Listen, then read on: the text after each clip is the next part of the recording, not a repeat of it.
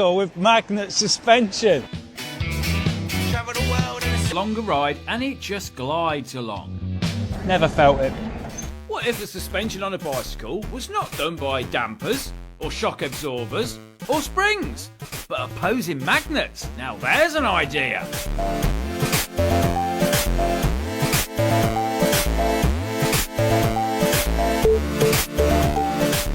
Okay, and I've got a bit of form when it comes to suspension and bicycles, because a few years ago I made this, the bicycle of springs, where practically the whole bicycle is suspension. And bikes in general, I do like them. I've made jet bikes, I've made bikes that change shape, I've even made a bike which has got ice for wheels. So, I want to use the invisible force of magnetism to act like a spring. Now, okay, I've rescued a bike from the scrapyard. It's a woman's bike, but don't worry about it, it's going to get altered. Now, what we're going to do, we're going to put a pivot point on the end of the down tube, also one on the end of the chainstays, and then essentially what this will do is when you stand on the bike, it will want to squeeze the bike together at the top, so our opposing magnets are going to sit up here on the top tube and also set on the seat stays if I can fit them in. Now, before we do any of this, I need to know what forces we're dealing with, because like when Colin's on this bike and there are these gaps and he stands on it and it wants to squeeze together, how much is it squeezing? Because however much it squeezes, we need to repel, if not a little bit more. So I need to make like a bit of a jiggy thing that kind of measures that somehow. Jiggy time!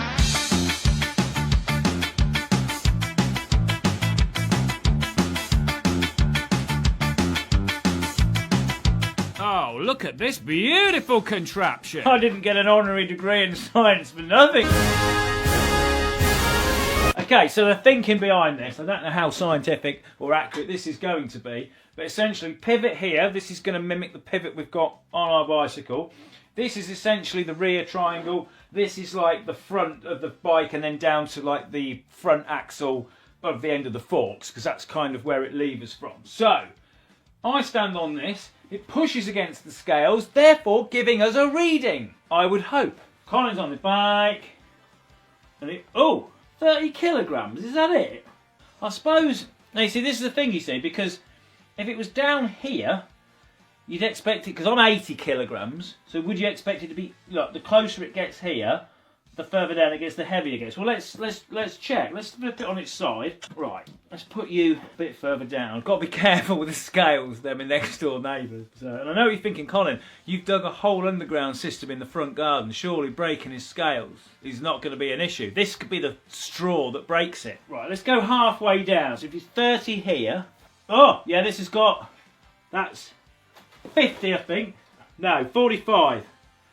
45, so we have 45 kilos here, so we have got heavier, so I'm guessing right down the bottom, there we go, yeah, 70. So of course we're near the 80 of what's maybe the maximum it can be. Now of course the only thing we need to consider now is when you go over a bump or a jump, you've got a bit of inertia there, so it's probably going to do more. Okay, so 35 kilos bare minimum is what we need to be repelling. Now, I remember ages ago I did buy some big magnets, so fingers crossed these do the job. Right, got these two disc ones. I can sort of push them together. I don't know what I've got these for, by the way, but anyway. Now, these are made of iron. These aren't that strong, but I've also got these rectangular neodymium ones. Now, I can tell these are more powerful, because even in the packets, they don't want to be anywhere near each other. But me saying that doesn't really help, and we don't know what they're repelling, so we need a little testing rig. This, the magnet pushback tester. Ooh, pushback. Okay, so in the bottom we've got a magnet with its north side facing up, and then screwed to the bottom of this bit of wood we have a magnet with the north side facing down. So when you put this in here, it's a loose fit and let go, it bounces on its magnetic repulsion. Look at that, look. Interesting. We get this bucket, put that on there, and then we can fill it up with water, and then once we get down to, I think, like a 30 or 40 mil gap, we'll know how many litres of water, litre of water, kilogram of weight, we can see how much repulsive power it has. 1 kilo, 2 kilo, 3 kilo. A little mark, look down here when it gets to 30 mil. 4 kilo, 5 kilo, 6 kilo. Oh, one more. 7. So about 8 kilos. Not very impressed with that, if I'm honest with you. I thought it'd be a bit more. So I either need a bigger, more powerful magnet, or we're going to need a lot of magnets. Either way, this is going to get expensive. These pro cameras, I've been stripping the bike naked because I've got pivot points and magnets to fit on this thing. So I've shaved a bit off some 70mm bar, I've whacked it in the lathe, I've turned it down, and oh, I'm pressing some bearing shells into it. Then I got my beautiful tube notcher, clamped it to the down tube, and drilled myself out a slot in the down tube of which to fix my beautifully lathed bearing holder. Oh, by the way, you see all them slots? I milled them in there so you can get a drift in the back to push the bearing shells out from the rear, because if you don't do that, they'll be stuck in there forever, and that's the sort of thing that'll keep me up at night. Then, clean the paint off, weld it up close up, weld it up from further away. And then also, I've added this little gusset for a little bit of extra strength. Cut away the down tube. Ooh, that looks weird. Plasma cut a plate out, bend it in the vise, tube notch a new down tube, which hopefully is a little bit stronger, and then assemble. Why don't you care?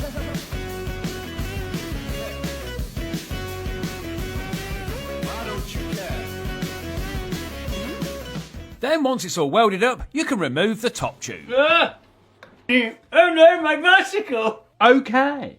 Now, I used taper bearings down here on this bearing because the key thing with this is when the magnets are set up here, they don't want to go against each other. They're going to want to kind of push side to side. So if there's any slack in that joint, the whole thing would kind of be all a bit wonky. We don't want that. It would feel terrible and it would also be terrible. Whereas, of course, with taper bearings, the more we tighten it up, the more they push themselves together. They take up all their own slack. Lovely. Now, before we set up the magnets, obviously, we need our better magnets. Oh, Colin's been online and found some. Yeah, so a bit of internet searching, I found this website called Magnet Store. And look at this bad boy. 50 by 50 by 50. This has got 208 kilos of pulling force. Surely that's got to do the trick. Okay, they have arrived. Now I know already that these magnets are strong because if I turn the box up, they will take screws out of my hand and stick onto them. Now there are two of them in here. Right, you sit in there. I've took my phone and everything out of my pocket because it would destroy electrical items. Okay, now I've bambooed up myself some more 3D prints so I can lock these onto the end of my pushback tester. Then we can see how much more powerful they are. So I very cautiously got them out of their boxes and fixed them onto the end of the pushback tester. And I could tell even trying to put the screws in, these were powerful magnets. Which of course immediately meant I wanted to try and stick it to something. So having got a bunch of tools stuck to the magnet, I did think of a potential useful application for this strength. Yes, stick one to the bottom of your bolt tray and you ain't spilling them anymore. However... Oh, I can't get them off now. I can't get it off my grips. I can't get it off. Oh, got it. Be careful with these, Colin. Don't let them get stuck to anything. I then steadily lowered them together. Now, I wasn't sure if I'd got them the right way round, so these could snap together and I never get them apart again, but luckily enough, I got it right. And yes, they were definitely harder to push together. So much so that I sat on it and I broke my plate. Oh! Go on, Chubby. I mean, I can. They're definitely stronger. Just like the right wing. So these are just more the things that Okay, tub's full, it's just above the mark. This is about 15 to 16 litres. That is half what we need. I say get two magnets, put them side by side on the bike. Let's see if that works. Get on with it, Colin.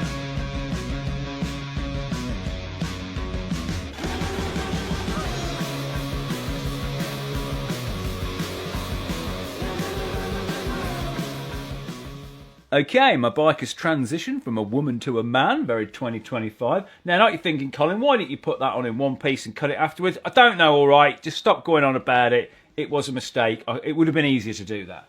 Now, these are the magnets, or these are mimic magnets. These are going to have to sit up here.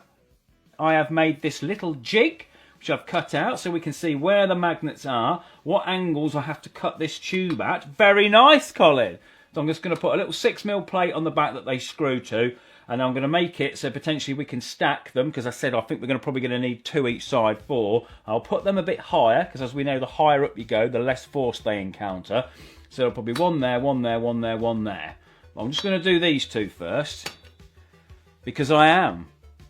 Yeah, I forgot what I'm saying there. Right, get on with it. Now, with the jig clamped to the frame, I could mark it up, and then I got a hacksaw, old school I know, and cut the pieces out that we didn't need. I then made this little tab with captive nuts on the end, welded that into the frame, and then got my 6mm magnet backplate and bolted them to this. Now, I've made these separate plates because if I want to reposition the magnets, I just cut out different plates. So with these fixed on, I checked the position of them. They seem to like they're going to touch and come together properly. Very nice. So then I got my super strong magnets, carefully put them into their clamps, even though they wanted to constantly stick to the nuts. And then I put them to the frame. They snapped in there. Oh, you can tell there's a lot of power. This bit of wood I put in the back to protect them could barely get it out. Bolted them down and then fixed the second magnet, making sure it was well out of the way of the first one, and then ready to test.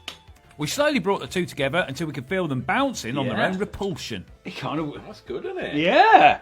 I then got on the bike. It does work, yeah.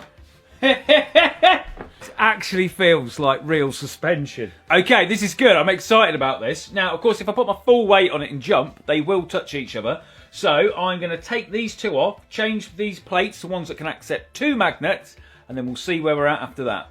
So I undid the bolts, holding the magnets on, fighting the magnetic forces, and tried to slide the magnets off the bike. This was quite tricky.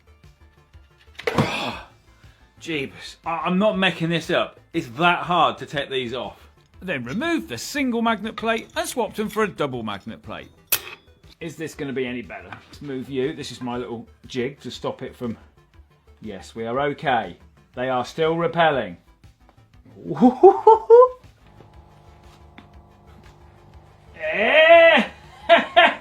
This is working. They won't touch each other. You can get them about 10 mm apart.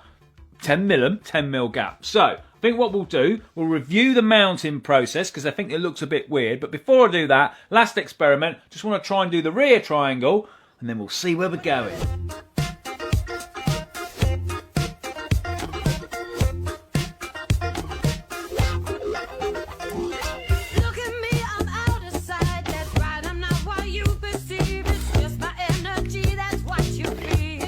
Okay, we've got a rideable bicycle. I've ridden it, and it's rubbish.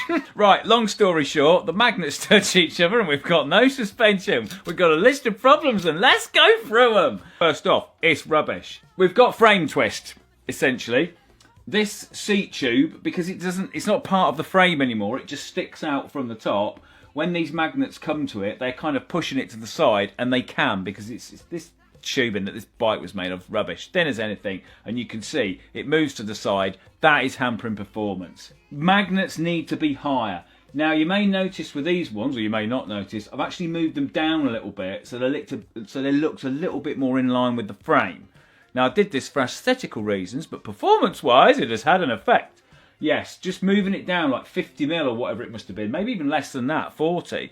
They don't work as well anymore. They certainly don't, because when I stood over there, I could feel it, and I couldn't seem to get them to touch very easily. Whereas this thing just touches itself all the time. So I think we need to put them back up there, or as one of my other things is joint placement. Now, lifting the magnets up or lowering this joint, effectively the distance between the magnets and the joint is what is affecting performance. So the wider apart we can get them, as we know from our little next door neighbour's scales test, the higher up it went, the less force it needed. So if we can get these joints lower, the magnets higher, we're on to a winner. It's hard to pick up. If you go pick it up like a normal bike, it just goes and falls to bits. I mean, we don't need to worry about that too much in a minute. Oh, and the wedge broke. There was a little 3D printed wedge which I put on here because when I first made it, this angle wasn't right. So I made a 3D printed wedge as like a little bit of a quick fixer. That was okay, but it's not strong enough, and the magnets literally just tore the fixings out of it and snapped shut. Because, you know, these things are strong. It's easy to forget how much power there is in this.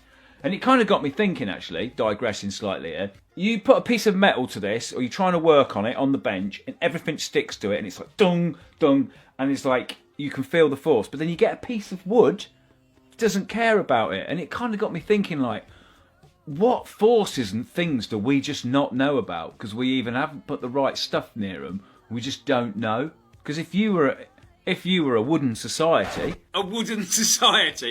what? You wouldn't know anything about magnetism, would you? What don't we know about? Anyway, Colin, shut up. Right, now, before I correct all these issues, I'm just going to put these back up here on the bits of metal. Oh, that was a pro. I've put them on aluminium plates so they're easier to get on and off. Because when you put them on the 6mm bit of steel, which I had them on, you couldn't get them off very easy because they're stuck to the bit of metal. So I've made aluminium bits, which has made it slightly easier to work on. I say slightly easier. Right, I'm going to put these back up there, although I don't know if that's going to make much difference because the seat post is still going to go, but I'm going to do it anyway. And the results of that are... nope. So I've still got way too much frame flex, and before we go designing a new one or doing anything, I need to get this sorted so I know what direction I'm going in. I guess basically what I did wrong here is I changed too many things at the same time, and then of course you don't know which one has caused you the problems. Look at this fool, look. Thinking he can replace us with magnets. You can't replace springs with magnets. It's a stupid idea. Never works. Why, nobody's ever done it before. Oh, this feels better already. It just needed a little bit of support.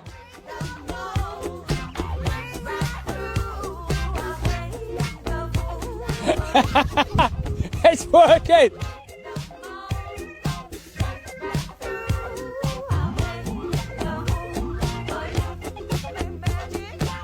Oh yes! I'll see some success in this project. Excellent. Now, let's call this Mark 1, and I think we'll make another bike and learn from the mistakes which we've incorporated into this one, and I think we'll tidy the magnets up, because having loads of magnets, yes, it's fantastic, it makes it work better, but aesthetically, it looks terrible. So I'm thinking we need some bigger, singular magnets. So these 50mm cube ones, these have got 200 kilograms of pulling force, but I thought they must do stronger ones than this. So I rang them up and said, look, this is what I'm trying to do. Can you get any bigger ones? And they said, yes.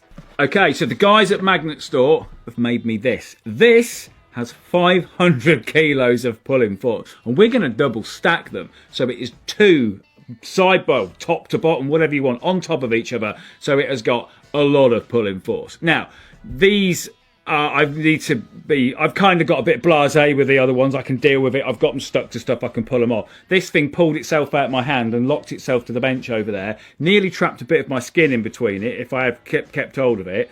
And it was a complete nightmare to try and get it off, sticking in wooden wedges and everything. So I think we will make a bike, a bespoke bike for these to go in.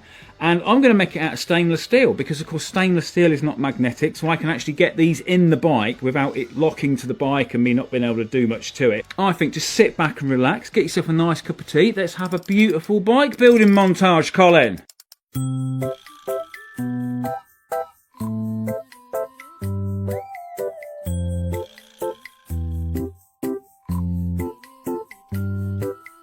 I'm a marionette. She pulls all my strings, then she cuts the ties. When she gets bored of me, I was carved from wood with love, detail attentive. Then she threw me in a box, 'cause now she prefers plastic. She doesn't get it, she thinks she can retie the strings at her nearest convenience. I'd fall back into it, I twist myself into knots. She hopes I'll never learn. She's only nice to receive, I do it because I love her. I'm a marionette, loyal to a fault. She gets tired of me quickly, then she runs back to her plastic dolls. I never speak a word as I sink into the ground. When someone shows me their interest, she always comes back around. She doesn't get it, she thinks she can retie the strings at her nearest convenience. I'd fall back into it, I twist myself into knots. She hopes I'll never learn. She's only nice to receive, I do it because I love her. La la la la, la la la la la, la la la la. She will never get it, she thinks she can retie my strings at her nearest convenience. I fall back into it, she throws me to the ground, 'cause I finally learned they all come to see the marionette, not her.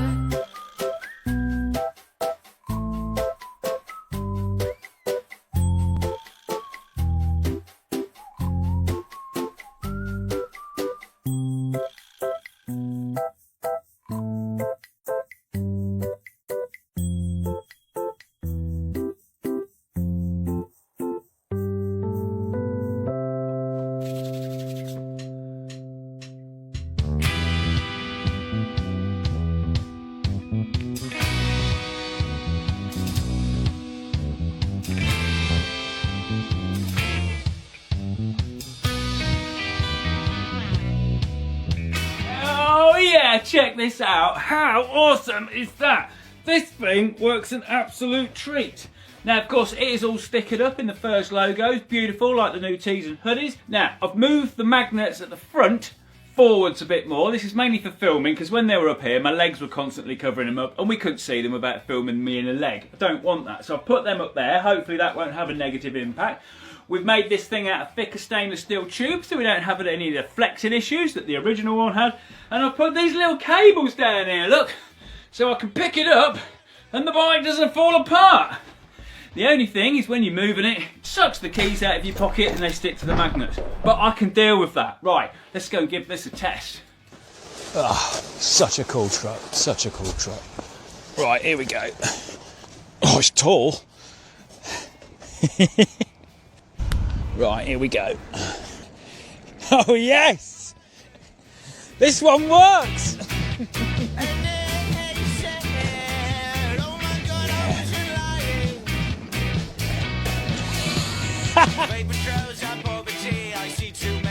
We've got a bicycle with magnet suspension. Look at it just bobbing along, look. Oh, that is sweet. Oh yes, this thing is finally working. This is smooth. This feels good. So I took it for a longer ride and it just glides along. On slightly rougher ground you can see the magnets soaking up all the little imperfections in the ground. But this is still pretty flat, Colin. Never felt it. So I took it down these long steps and it coped with this very well, but I could tell I was near the limit. That's an experience. So I thought I'll take it to a pump track and give it some prolonged pressure. Oh, I can't deal with that. That's too much for it. That's too much. I think I may have bent something. I think I may have stretched the joint somehow. Have I bent it or? Oops! We have found its limit. Okay, for everyday riding, this is absolutely fantastic, really smooth, but of course we've only got to give it just a tiny bit more abuse and it starts crying for help. But it's not the magnets that are failing us, it's the joints, it's the frame. Basically, we're asking too much of it for this distance from these joints to be able to hold themselves in position. Now, you may ask, why have you done it like this, Colin? Well, two reasons really. One is the old YouTube thumbnail, the thing that's more important than the video these days, is these gaps, they look really cool, and some of you might be watching this video because you saw the gaps in the bike and thought, hello, what's going on here? And also, I wanted there to be absolutely no doubt that the suspension was working off the magnets and there wasn't any sneaky springs somewhere. But well, I think there's another project in this. There's a Mark II. So we need to think about this. How can we do this any different? Now, we could put support rails and stuff, or we could have even a central shaft running through the middle of the magnet. But again, I quite like this setup where you see the gap. So ideas in the comments, maintain the gap, make it work better. How can we do it? Right, thanks to Magnet Store for making the bespoke magnets. Very nice. I might need you again sometime. Of course, subscribe if you haven't, because why wouldn't you? And of course, don't forget the merch, the t-shirts, the hoodies coming into winter. You might need a jumper, might you? Yeah. Right, I'll see you in the next one. Magnet Bike.